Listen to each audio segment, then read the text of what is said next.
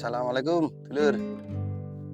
Jadi eh, menunjukkan wajah tumben karena tadi pagi ada cerita lucu. Jadi ada teman kuliah. Nah, ini agak pamer sedikit, tidak apa-apa ya. Jadi tadi pagi itu ada cerita lucu teman kuliah saya. Nah, kebetulan dulu itu saya kejuruan pertanian. Nah, waktu ngebahas pH tanah itu ada temen yang apa ya? Ada temen yang menanyakan, "Bro, kamu kok sudah menentukan bahwa tanah kamu itu asam? Alasannya itu apa? Padahal kamu kan belum cek pH tanah." Nah, saya jawab menurut pengalaman dan pengamatan. Dia jawab, "Kalau kamu setor di dosen, pasti kamu udah positif tidak diterima, bro." Terus saya jawab, "Nah, itulah susahnya insinyur dengan petani lapangan." Jadi di sekolah itu menurut saya pribadi ilmu-ilmu yang harus diaplikasikan di lapangan. Jadi kita harus memahami tekstur di lapangan juga, tidak monoton teori sekolah aja, teori buku. Jadi kita harus mengaplikasikan di lapangan juga.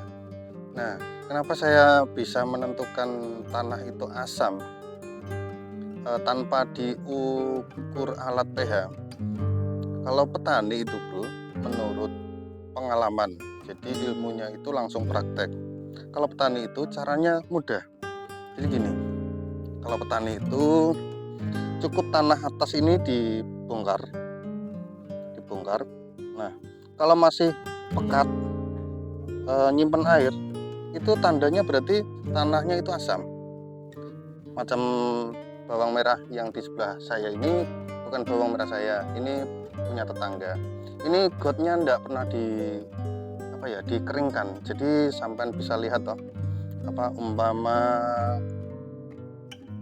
bedengan yang samping itu di atasnya air itu kan berlumut. Nah, itu salah satu ciri-ciri pH asam juga. Jadi kalau menurut saya mending dihabiskan, airnya dihabiskan, terus beberapa hari tidak usah disiram. Nah, kalau teori bawang merah menurut saya itu lebih susah daripada tanaman yang lain. Karena kalau bawang merah ini tunas ini tidak keluar, ini udah susah. Jadi perlakuannya harus ekstrim, umpama teknik menetralkan pH itu harus benar-benar dilakukan dengan sungguh-sungguh. Misalkan kayak pergampingan, pendangiran, atau jangan disiram, atau air got ini harus dihabiskan, itu harus dimaksimalkan. Tidak sama dengan yang lain. Mungkin menurut saya begitu. Nah, teman-teman jangan lupa di subscribe ya. Ini tanaman tetangga saya, yuk dilihat secara detail. Dan untuk teman-teman yang hendak mencari bibit, bisa hubungi nomor saya yang ada di pojok kiri bawah video. Jangan ragu dengan kualitasnya karena bibit dari kita bergaransi. Jadi bibit dari kita bisa dikembalikan dengan syarat belum ditanam di sawah. Jadi sebelum ditanam di sawah jangan lupa diuji tumbuh dulu di pot. Jika tidak tumbuh bisa dikembalikan dan uang kembali sepenuhnya. Tapi jika bibit ditanam di sawah sudah tidak ada garansi. Nah, seman bisa lihat toh, yang pinggir bedengan itu sampai berlumut. Jadi kalau petani itu kebanyakan pakai ilmu pengalaman. Ini memang bongkar pasang, jadi wajar tanah itu asam. Nah, ini salah satu ciri-ciri tanahnya berlumut. Ini padahal jenis bauji harusnya jauh lebih bagus dengan tajuk. Nah, caranya simpel aja, bro. Tanah kayak ini misalkan dicokar masih basah, nah maka melempung, cuma bagian atasnya aja yang kering, itu berarti tanahnya asam.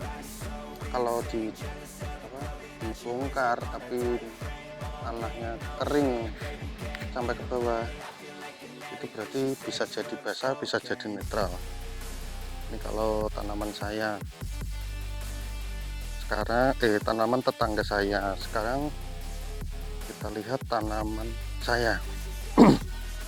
Ini lagi di watun. Jadi kalau tenaga nggak ngatasi, kita carikan orang untuk matun. Alhamdulillah, ini tanaman saya tajuk.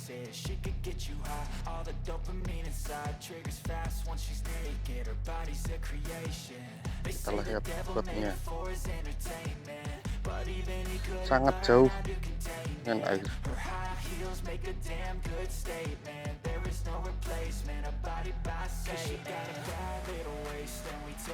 Sangat lumayan. Kita lihat punya tetangga lagi.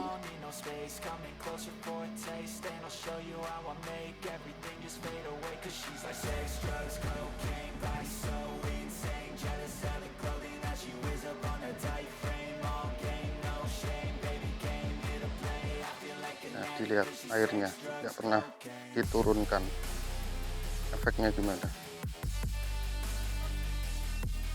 Lebokno anu berita RCTI. Coba ngelak piye to? Apik ngene. Umur pira, Gung? 43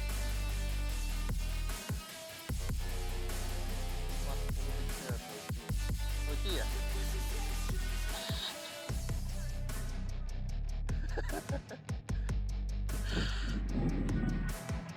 Jadi rata-rata di sini kemerah-merahan. Hanya kita harus mengenali pH, itu penting. Oke, sementara gitu dulu. Wassalamualaikum warahmatullahi wabarakatuh. Bos, bibit bos. Salam bibit Jaya Makmur.